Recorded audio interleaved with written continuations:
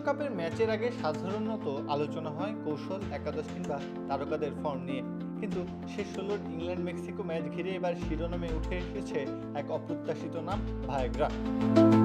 তবে বিতর্কের কেন্দ্রবিন্দু ওষুধটির প্রচলিত ব্যবহার নয়, বরং মেক্সিকো সিটির উচ্চতাজনিত শারীরিক চ্যালেঞ্জ মোকাবেলার সম্ভাব্য চিকিৎসা সহায়ক হিসেবে এর ভূমিকা।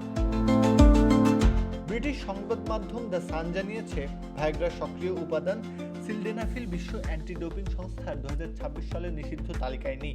ফলে ইংল্যান্ড দলের চিকিৎসকরা প্রয়োজন মনে করলে নিয়ম ভঙ্গ না করে এটি ব্যবহার করতে পারবেন।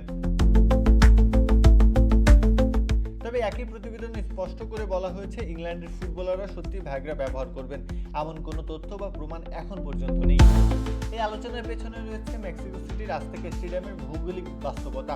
সমুদ্রপৃষ্ঠ থেকে 2200 মিটারেরও বেশি উচ্চতায় অবস্থিত এই ভেন্যুতে অক্সিজেনের ঘনত্ব তুলনামূলক কম।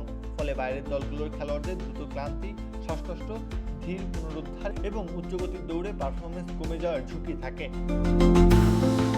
এখানে আলোচনায় আসে সিলডেনাফিল।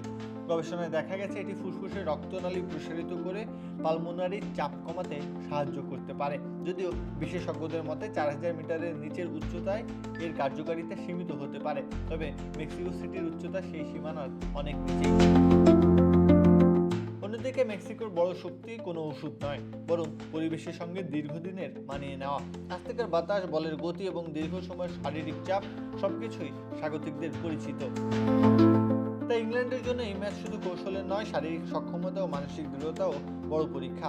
আর সেই কারণে মাঠে বল গড়ানোর আগেই ভায়াগ্রা বিতর্ক বিশ্বকাপের অন্যতম আলোচিত বিষয় হয়ে উঠেছে। প্রত্যহ কাব্য, খেলা 71।